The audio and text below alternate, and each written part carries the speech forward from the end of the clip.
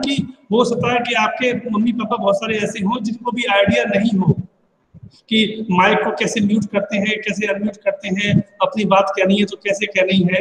तो जैसे हम लोगों को जो शुरू में दिक्कत आई थी, तो हो सकता है कि आपके पेरेंट्स को भी प्रॉब्लम आ रही हो, तो आप उनके पास में रहेंगे तो उनको बता देंगे कि इससे माइक म्यूट होता है, इससे अनम्यूट होता है। तो मेरी आप लोगों से ये एडवाइस है कि आप सभी लोग कम से कम उस समय तक उनके साथ रहें या साथ में बैठ जाएं। मान लो 2 लोग हैं तो ठीक है, आप पीछे बैठ जाना या मत बैठना, सारे घूमते रहना, लेकिन यदि उनकी हेल्प उसी रूम में रहना जिससे कि समय आने पर उनकी आप हेल्प कर सके। मेरी बात समझ आ रही है आपको?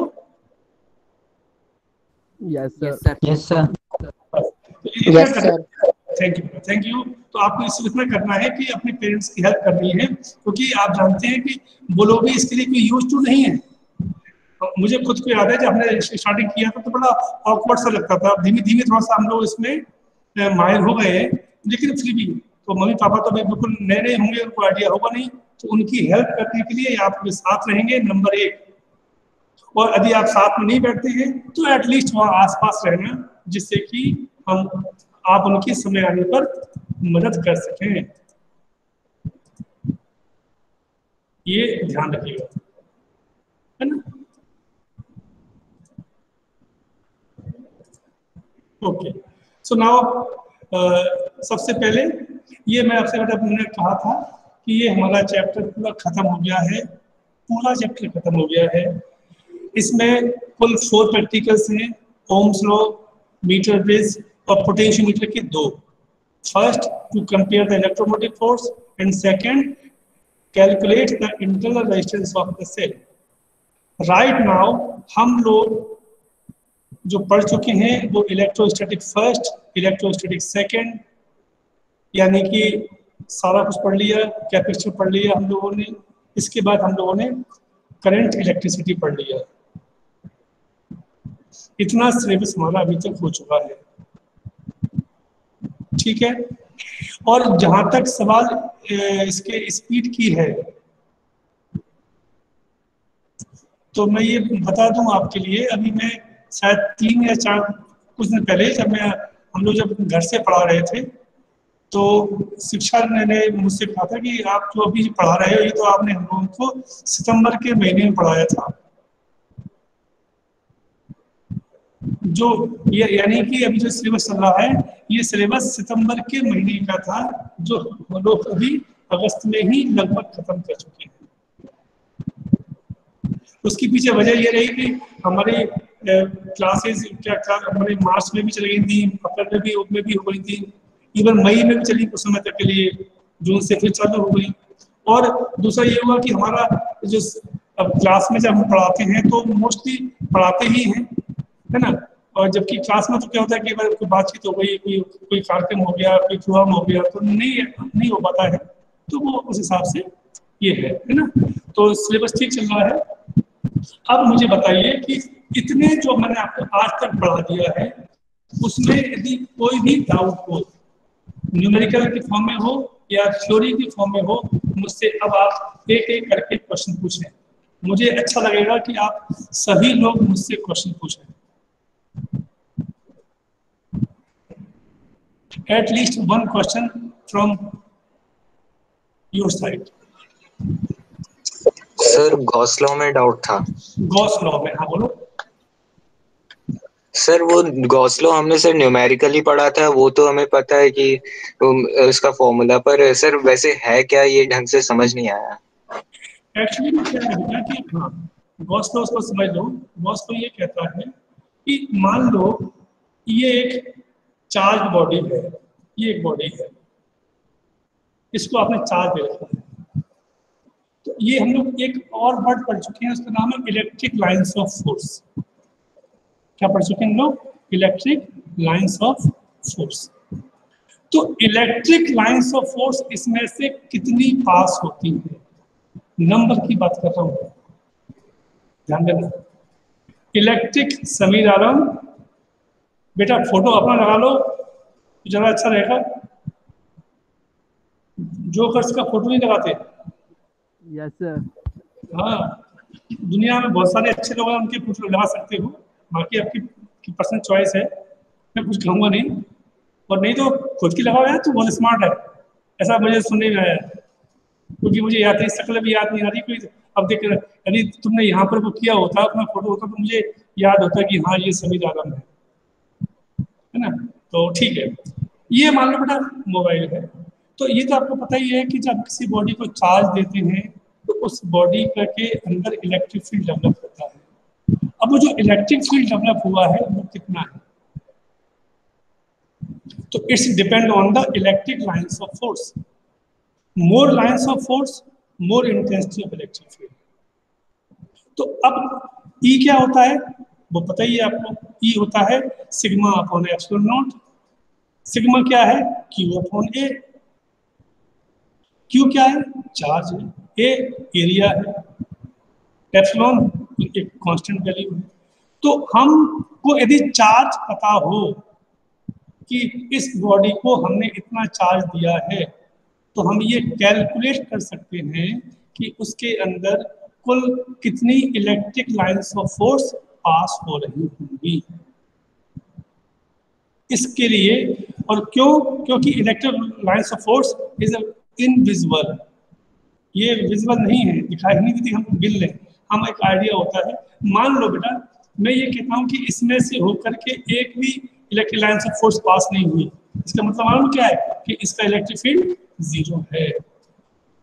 हम लोग बोलते हैं ना कि किसी भी कंडक्टर में से लाइंस ऑफ फोर्स पास नहीं होती, इसका मतलब कि हमेशा हर कंडक्टर के अंदर इलेक्ट्रिक फील्ड जीरो होता है। So the physical meaning of that of Gauss law, which help us to calculate the number of lines of force which passing through the given object. Clear?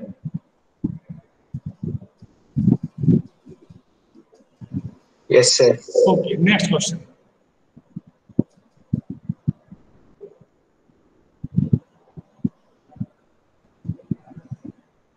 Next question. Sir page number 47 पे। हाँ, sir बेटा जो मेरे पास 14 बेटा मेरे पास book नहीं है तो तुम बोल दोगे। हाँ नहीं सर, उसमें एक डायग्राम है। हाँ हाँ तो सर उसमें ऐसा है कि sir highest charge to mass ratio बता निकालना है। हाँ तो अगर हम नॉर्मली निकालेंगे तो आंसर होना चाहिए 1, क्योंकि हाँ वो नेगेटिवली चार्ज है। तो अगर उसका निकालेंगे तो उसका चार्ज टू मास रेशियो ज्यादा आएगा कंपेरेटिवली पॉजिटिव चार्ज के। ठीक है। पर इस क्वेश्चन में आंसर जो है वो पॉजिटिव चार्ज वाला सही है, थर्ड पॉइंट। एक काम करो, क्या आपके पास कैमरा है? Yes sir. तो मुझे उसका फोटो दिखा दो। Yes sir.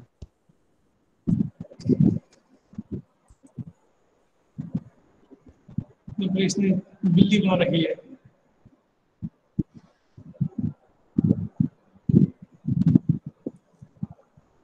तो मैं 2 मिनट व्हाट्सएप कर देता हूँ।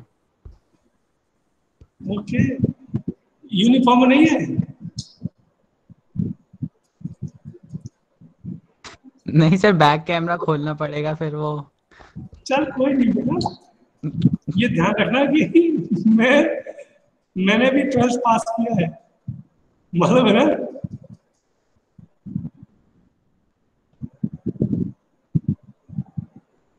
ये क्वेश्चन है। Okay, yes sir. थोड़ा सा और देखना ना, थोड़ा दूर दूर करना, दूर करना, थोड़ा दूर। हाँ अब ठीक है। तो इसमें आप क्या पूछ रहे हैं? सर इसमें करेक्ट आंसर है थर्ड वाला। क्वेश्चन क्या है? सर हमें चार्ज टू मास रेशियो के हिसाब से ये बताना है कि highest charge to mass ratio किसका होगा। चलिए क्या बड़ा, जल्दी जल्दी से इसका मुझे फोटो खींच के भेज रहा है, जल्दी भेज रहा है ना। मैं इसका आंसर भी बताता हूँ। Yes sir. इसका बड़ा फोटो खींचते, क्योंकि अभी जो तो हिल रहा है ना बाबा, तो कब आ नहीं पा रहा। हाँ सर भेजा। हाँ, जब तक कोई और बड़ा क्वेश्चन पूछ सकते हो।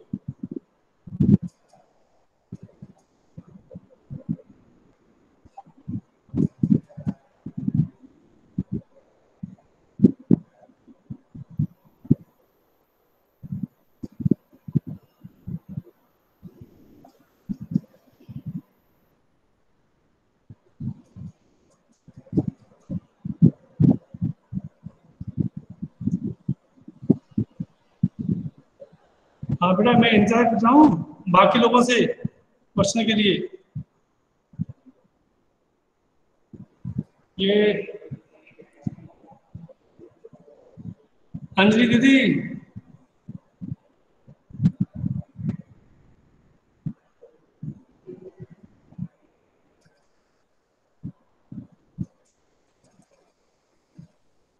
नो सर, ये ठीक है। आयुष,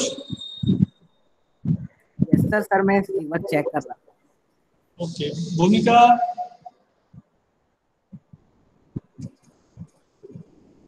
सर मैं भी अभी चेक कर रही थी। बेटा देखो, मैं इसलिए तुम लोगों से कह रहा हूँ कि एक तो क्या है कि वैसे ही हम लोग एक दूसरे से इतने दूर बैठे हुए हैं, और ऊपर से क्या होता है कि हम एक दूसरे की शक्ल भी नहीं देख पाते, तो वैसे ही वो बंद भी हो रहा है।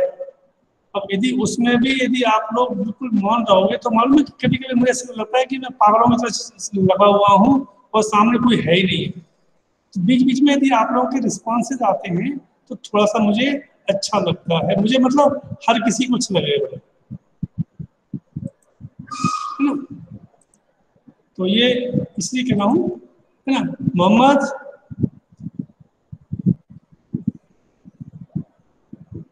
Yes sir. कोई क्वेश्चन?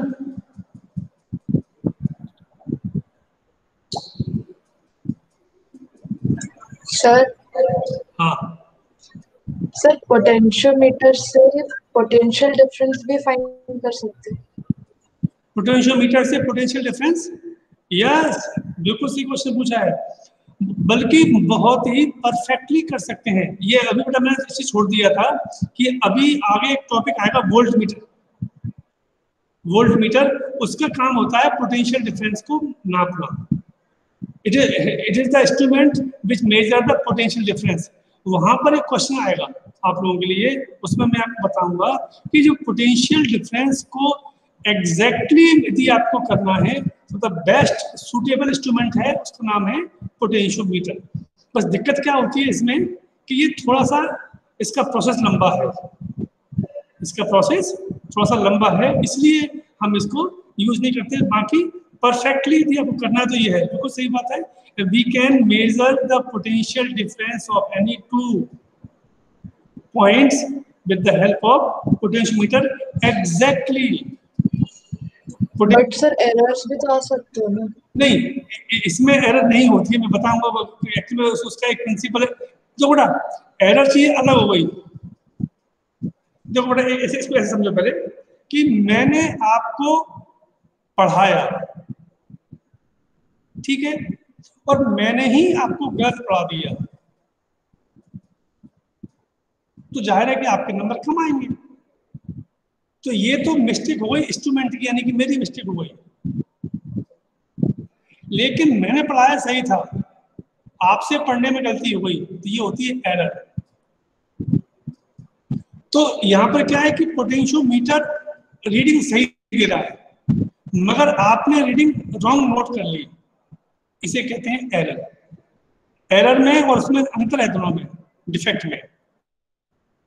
एरर का मतलब क्या होता है कि जब आप कोई मेजरमेंट करते हैं तो उस मेजरमेंट आप प्रॉपर नहीं कर पा रहे हैं, या उस इंस्ट्रूमेंट में कमी है।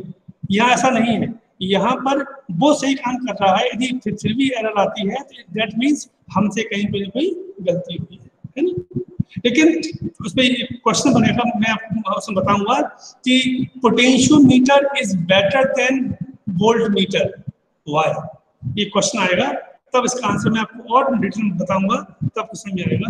यस, पेज नंबर कहता है shows that track 1 2 3 of 3 charged particles in a uniform electric field. Give the sign of the 3 charges. Which particles has the highest charge to mass ratio?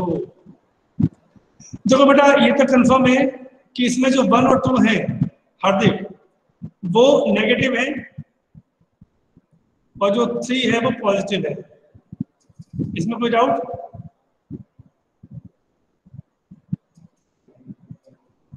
Hardik, are you there? Yes sir. जो आपने मुझे question भेजा है उसका answer में ध्यान दो। 1 और 2 जो है इट इज पॉजिटिव और नेगेटिवली चार्ज, और जो थर्ड है वो है पॉजिटिव चार्ज। Yes sir. ठीक है ना? हाँ। और कोई डाउट? नो सर, इसका correct highest charge to mass ratio किसका होगा ये हाँ, पूछा। अच्छा ये पूछ रहे हो, ओके वो आगे। हाँ। अब यहाँ पर देखो ये आपको ध्यान देना पड़ेगा, थोड़ा उठना पड़ेगा। बच्चों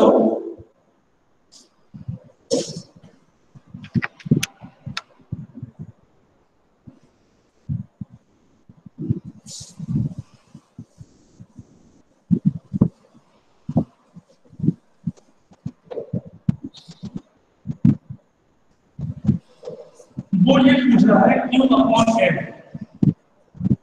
ठीक है? और मैं इसको यहाँ ड्रॉ करता हूँ, जरा अच्छा लगेगा। ये पॉजिटिव और ये नेगेटिव।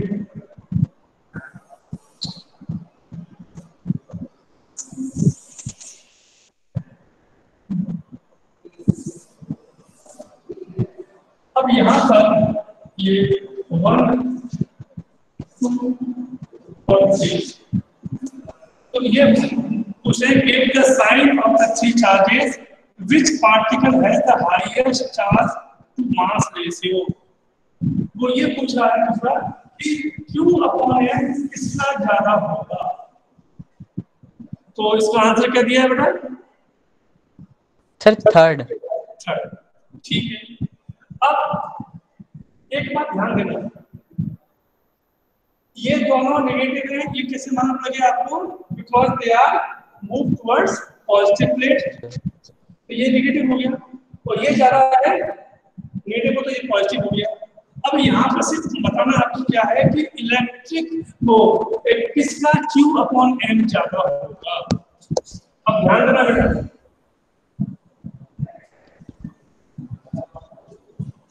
चार्ज तो जो दिया गया है वो सभी का सेम है। अब यहाँ पर इलेक्ट्रिक फील्ड पूरे में एक साथ लगा है। जब इलेक्ट्रिक फील्ड सेम होगा तो चार्ज पर जब लगाओगे तो F इक्वल टू क्या होता है? Q ही होता है। तो यदि E सेम है, Q सेम है, तो फोर्स भी सेम हो जाएगा। अब क्वेश्चन ये उठता है कि F होता है M equal to MA, F equal to MA, mass into acceleration. Yes sir. तो जिसका मास कम होगा उसके लिए Q अपॉन M की वैल्यू ज्यादा होगी, राइट? अब M ज्यादा किसका होगा ये क्वेश्चन है। अब इसके लिए आपको जाना पड़ेगा 11th में कौन करके, सब प्रोटॉन का, जिसका मोमेंटम ज्यादा हो।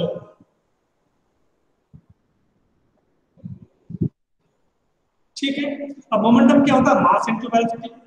आपको मैं एक एग्जांपल दे रहा हूं कि आपके बगल से एक लड़का साइकिल से जा रहा है और उसकी स्पीड है 5 मीटर पर सेकंड की। जब वो आपके बगल से निकला तो आपने उसमें किक मार दी, तो क्या हो जाएगा? क्या हो जाएगा बताओ? उसकी जो साइकिल है वो किसी और तरफ जाएगी। यस और नो? Yes sir. अब मान लो अब 5 मीटर पर सेकंड की स्पीड से ट्रेन जा रही है, अब उसको लात मारो, अब क्या हुआ? सर हम उल्टी साइड गिर जाएंगे। अब इसका मतलब ये होगा कि जिस बॉडी का मोमेंटम ज्यादा होता है उस बॉडी को हमें उसको डिफ्लेक्ट करने के लिए अधिक फोर्स की जरूरत पड़ती है।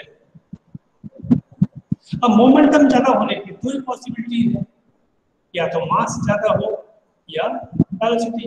क्योंकि ये एक ही सिस्टम की 3 चार्ज पार्टिकल हैं जिनकी स्पीड सेम है, तो इसका मतलब ये होगा कि जिसका मास कम होगा उसका मोमेंटम कम हो जाएगा, और जिसका मोमेंटम कम हो जाएगा उसका डिफ्लेक्शन ज्यादा हो जाएगा।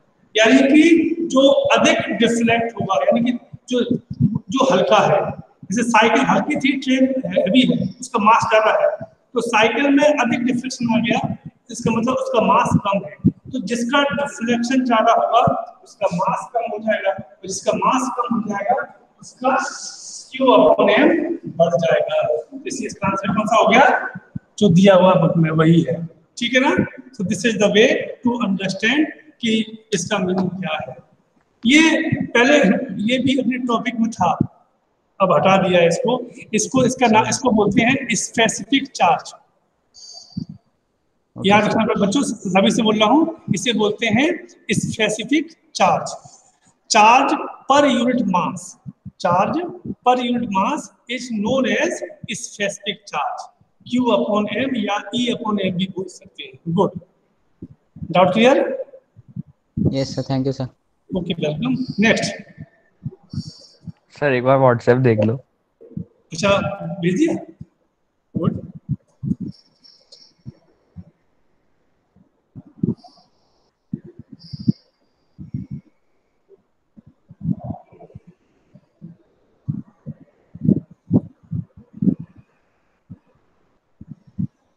An infinite plane sheet of positive charge has surface charge density sigma. A metallic ball of mass m and charge plus q is attached to the thread and is tied to a point A on the sheet PQ. Okay. The angle theta made by the string with the plane sheet is in equilibrium is. हो बेटा राजा, ये बहुत बड़ा question है, इसका answer देने में time लगेगा, और ये बिल्कुल एक लेवल का क्वेश्चन है। मैं तुझको अभी शाम को मीटिंग के बाद भेज दूंगा तेरे पर्सनल व्हाट्सएप पर, ठीक है ना? Yes sir. पहुंच जाएगा। उसका आंसर यही है, कुछ भी मुझे याद है इसका आंसर, मुझे इसलिए पता है, वो जिस पर टिक लगा हुआ है वही इसका आंसर भी है। tan इनवर्स Q सिग्मा पर 4/0 ठीक है, वो आ जाएगा, ठीक है ना? मैं भेज दूंगा। Okay, next.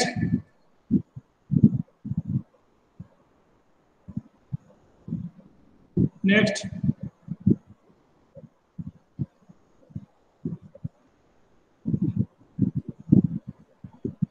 अच्छा, ये मैं इसलिए भी कह रहा था बेटा कि आज जो मैं आपसे ये क्यों कर रहा हूँ, क्योंकि हम लोग बहुत कुछ पढ़ चुके हैं, तो हमें पता होना चाहिए कि हम लोगों ने वास्तव में पढ़ा है कि हम आगे से पढ़ते जा रहे हैं और पीछे से सफाई हो रही है। हाँ, ये मैं आपको बता दूं, इस जो अभी मैं आपसे क्वेश्चन पूछने कह रहा हूँ डाउट के, मैं इसके लिए कोई एक्स्ट्रा चार्ज नहीं करूंगा, ये फ्री ऑफ कॉस्ट है, ठीक है ना? तो हो सकता है किसी को लग रहा हो कि सर बाद पैसे मांगेंगे, लाओ पैसे दो, मैंने आंसर दिए, वो नहीं है। अब देखो कारण क्या है कि यदि इसमें दो चीजें होती हैं, या तो मुझे मार दो, नहीं तो मैं आपको मार दूंगा। मतलब क्या हुआ, या तो तुम मुझसे प्रश्न पूछ लो, नहीं तो फिर मैं आपसे पूछूंगा। तो मैं शुरू कर दूं क्या? Yes sir. गुड, टॉपिक बोलो, फिर मैं देखता हूँ कि आपने उस टॉपिक को कितने अच्छे ढंग से पढ़ा। Coulomb's law sir, Coulomb's law भी चालू कर लो स्टार्टिंग में। ठीक है, कूलम्स लॉ चालू करते हैं। चलो एक तो अपना रिवीजन भी हो जाएगा। कूलम्स लॉ किस स्थिति में काम करता है? On which condition Coulomb's law ओबे? आंसर देंगी Nandini Paliwal.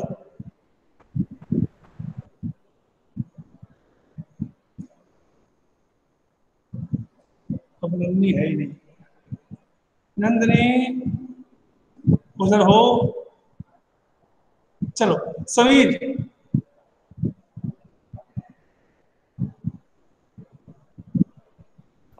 Yes sir. Coulomb's law किस कंडीशन में काम करता है? उसकी क्या फर्स्ट प्रायोरिटी है कि ये होना ही चाहिए तभी ये काम करेगा?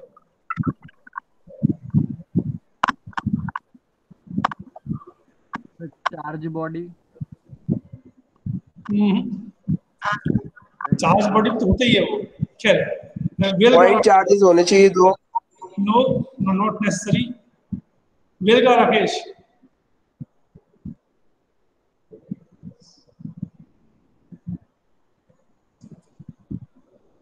ओके, अब कोई भी जिसको आता है वो देखो।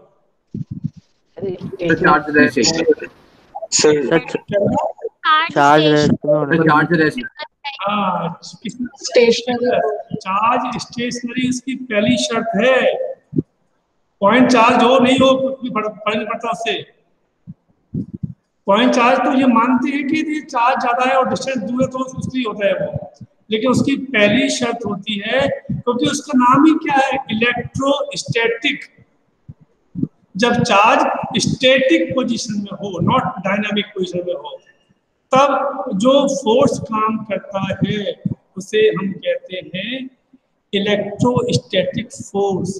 तो the first condition of Coulomb's law is charge should be in rest. अच्छा, एक क्वेश्चन बताओ, मुझे इसे याद आ गया। ये तो पता ही ना आपको कि दो चार्ज के बीच का फार्मूला क्या है सूर्यांश?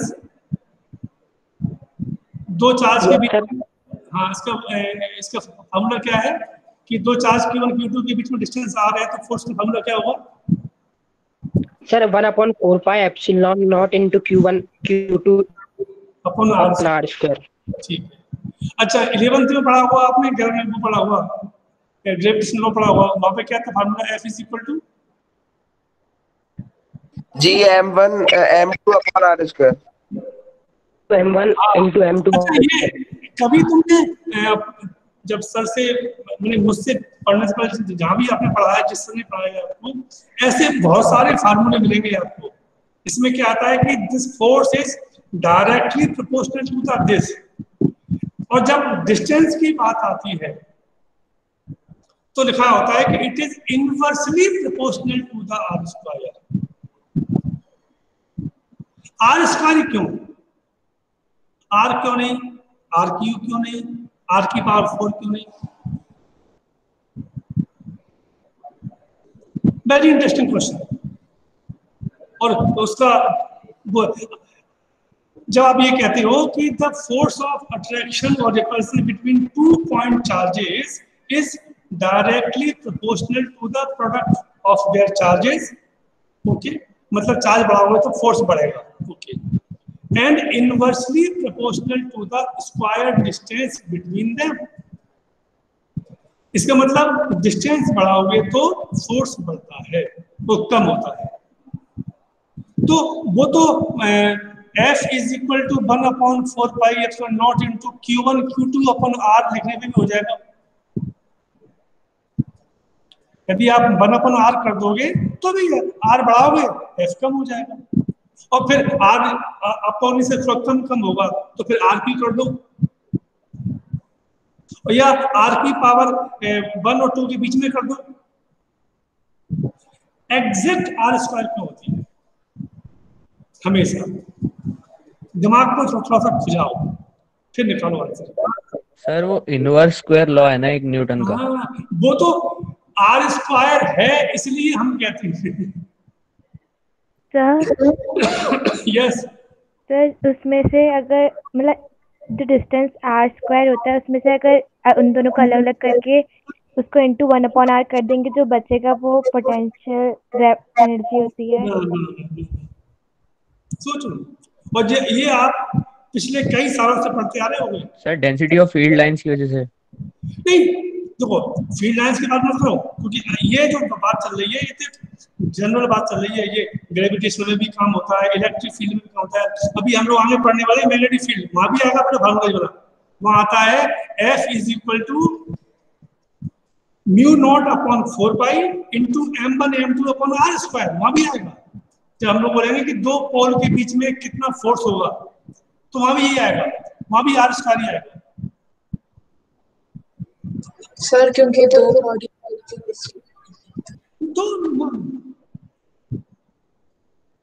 दो है तो फिर ठीक है। अभी मैं फिर लौट के पहुंच गया वापस। E इज इक्वल टू क्या होता है? 1/4 pi epsilon Q upon R square. तो वहां तो एक ही चार्ज है, फिर यहाँ पे फिर वहां पे R स्क्वायर क्यों है?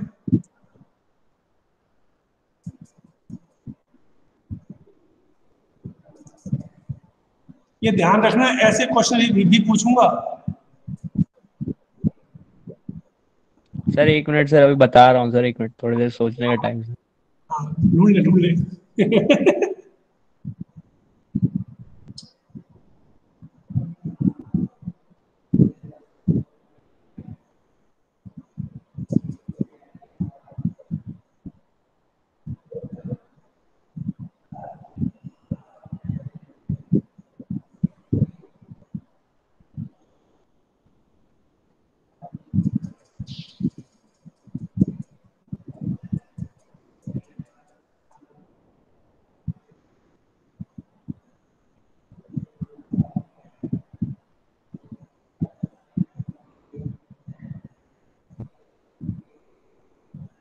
चलिए कोई बात नहीं, मैं ये इसको टाइम पीरियड हो रहा है, इसको मैं बताता हूँ।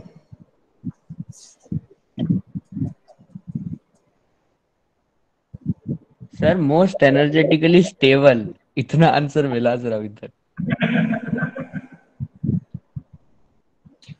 बेटा कुछ जगह तो मास्टर को छोड़ दो। ये बताओ मुझे, आपने कहा एक चार्ज यहाँ रखा हुआ है Q, ठीक है, और एक चार्ज यहाँ रखा हुआ है Q, डिस्टेंस है R, कितना फोर्स होगा बताइए? 1/4π0 ठीक है। अब ये Q पर यहाँ रख दिया, अब कितना फोर्स होगा?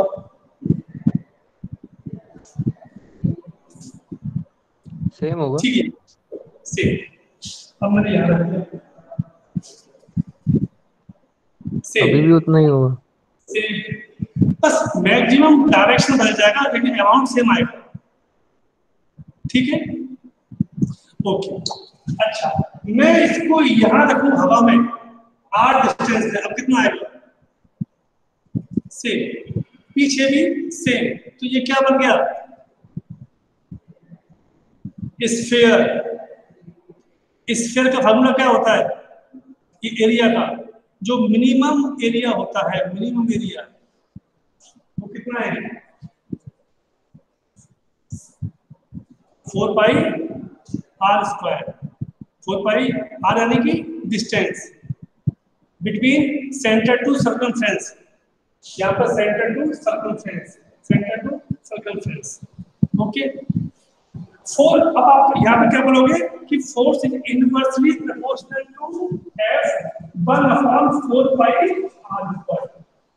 because 4π is a constant, so no need to write this, so that is why F is proportional to R² always।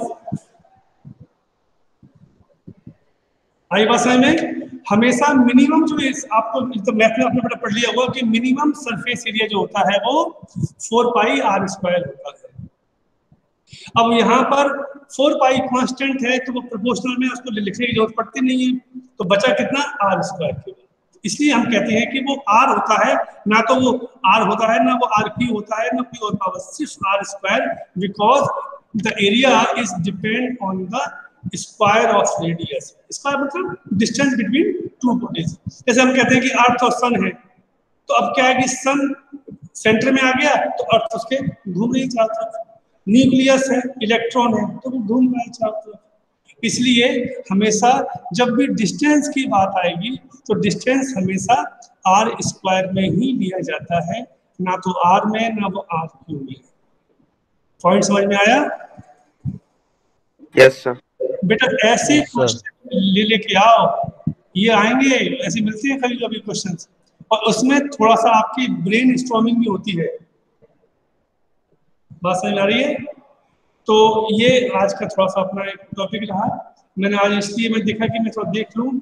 मैं आपसे फिर कह रहा हूँ कि अब शायद हमारी क्लास अब ट्यूसडे को लगेगी, मेरे ख्याल से इत्तेफाक से, क्योंकि सैटरडे को फिर छुट्टी है शायद, उस दिन शायद अपने गणेश चतुर्थी है, शायद पक्का नहीं अभी कहते, वो डेट कब आ रही है, तो या तो सैटरडे को या हम लोग ट्यूसडे को पढ़ेंगे।